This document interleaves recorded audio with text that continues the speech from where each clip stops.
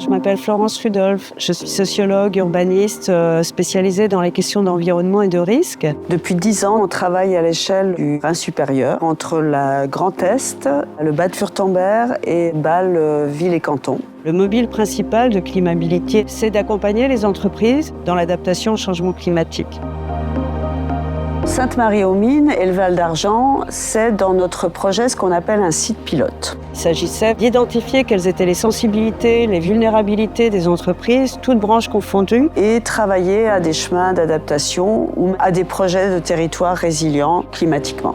On croise différentes méthodologies, les enquêtes qui sont vraiment une méthode des sciences sociales, les visites d'entreprise avec des ingénieurs. Ce qui est vraiment stimulant dans cette aventure, c'est vraiment de participer à la formulation. Quand on formule un problème, on travaille sur ce problème. L'entretien, il va permettre de mettre en évidence à la fois les choses auxquelles on tient, et ses fragilités afin d'explorer ce qu'on appelle des chemins d'adaptation ou des formes de résilience. Cette méthode de conception inventive, on l'a aussi appliquée sur le massif forestier. La forêt de moyenne montagne, elle apporte à la fois des débouchés, que ce soit en termes de compétences, de métiers, de services écosystémiques qui souffrent beaucoup du changement climatique. La qualité de l'eau, la qualité de l'air, la qualité des sols et puis bien sûr la biodiversité.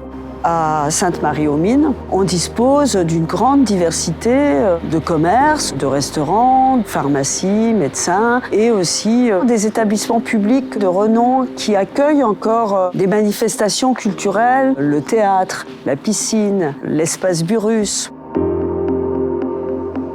On a la question du foncier, l'habitat, qui est extrêmement riche d'un point de vue architectural, structuré autour des mines, autour du textile, qui nécessite de la réhabilitation. Ce sont des débouchés pour la filière forêt-bois, pour tout ce qui est les biosourcés, pour des artisans, mais ça demande aussi des moyens financiers, ça demande de l'expertise.